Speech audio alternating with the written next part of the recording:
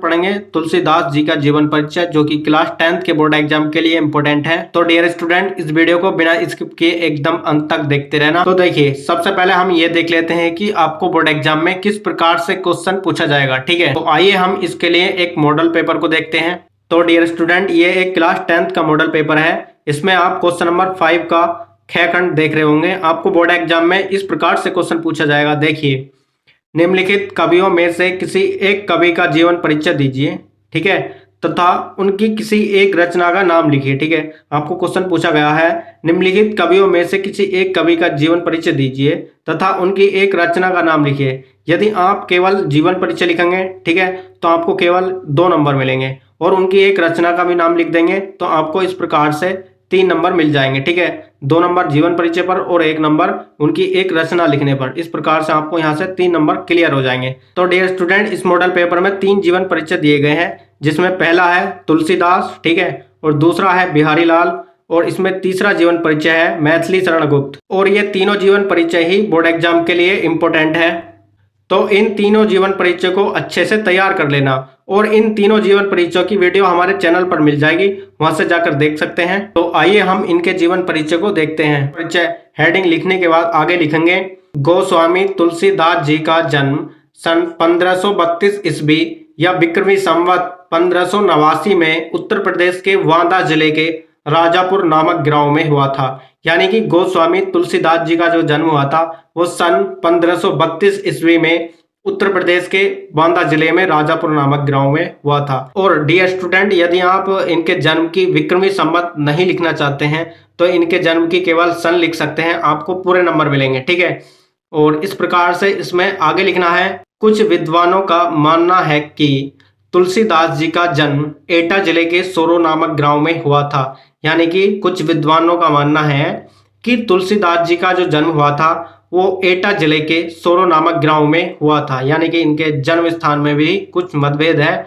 जो विद्वान मानते हैं कि इनका जन्म एटा जिले के सोरो नामक गांव में हुआ था। ठीक है, और इस प्रकार से आगे लिखना है, इनके पिता का नाम आत्माराम दुबे तथा माता का नाम हुलसी था। ठीक है, इनके पिता का नाम क्या था? आत्माराम दुबे, और माता का नाम क्या था? हुलसी था। ठीक है, चाहे तो आप बोर्ड एग्जाम में इनके माता पिता का नाम ब्लैक पेन से लिख सकते हैं। इस प्रकार से मेन पॉइंट को बोर्ड एग्जाम में लिखने से नंबर नहीं कटते हैं। ये मेरा पर्सनल एक्सपीरियंस है। ठीक है, यानी कि इनके पिता का नाम आत्माराम दुबे तथा माता का नाम हुलसी था। ठीक है, और आगे लिखना है, इनका जन्म अभुक्त मूल नक्षत्र में होने के कारण इनके माता पिता ने इन्हें त्याग दिया था। यानी कि इनका जन्म हुआ था वो अभुक्त मूल नक्षत्र में हुआ था, जिसकी वजह से इनके माता पिता ने इन्हें त्याग दिया था। ठीक है, और आगे लिखना है, इनका बचपन अनेकानेक आपदाओं के बीच व्यतीत हुआ।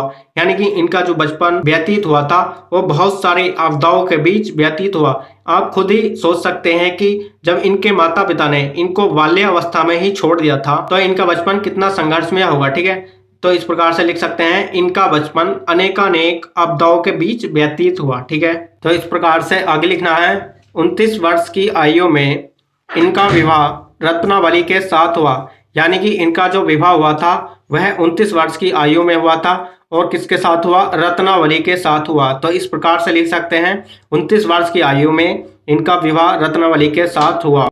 एक बार पत्नी द्वारा बिना कहे मायके चले जाने पर आधी रात में आंधी तूफान का सामना करते हुए ये अपनी ससुराल जा पहुंचे।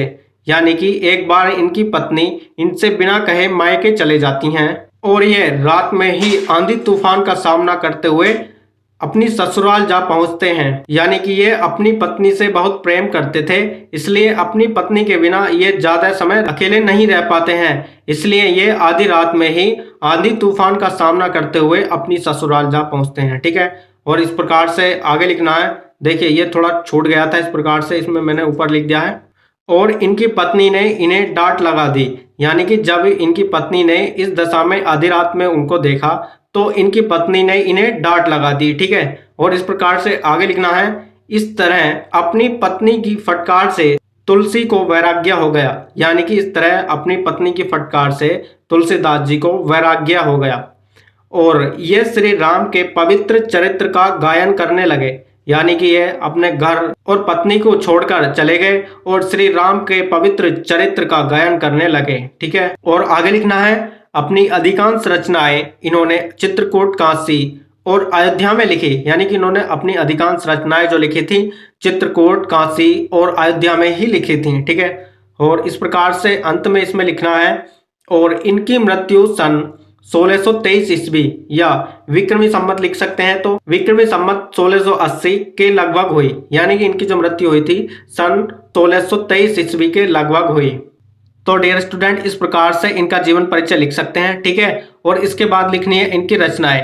तो हेडिंग लिखनी है रचनाएं, या आप लिख सकते हैं कृतियां। ठीक है, इनमें से केवल एक लिख सकते हैं, रचना हेडिंग लिख सकते हैं या कृतियां। ठीक है, और इस प्रकार से इसमें आगे फर्स्ट पॉइंट डाल करके लिखना है श्री रामचरितमानस। ठीक है, चाहे तो आप बोर्ड एग्जाम में केवल एक रचना ही लिख सकते हैं, आपको 1 नंबर रचना पर और 2 नंबर इनके जीवन परिचय पर। इस प्रकार से आपको 3 नंबर मिल जाएंगे, और चाहे तो इनकी 1-2 रचना एक्स्ट्रा लिख सकते हैं। ठीक है, और सेकंड पॉइंट डाल करके लिख सकते हैं कवितावली, थर्ड गीतावली। इस प्रकार से इनकी तीनों रचनाएं श्री रामचरितमानस, कवितावली और गीतावली।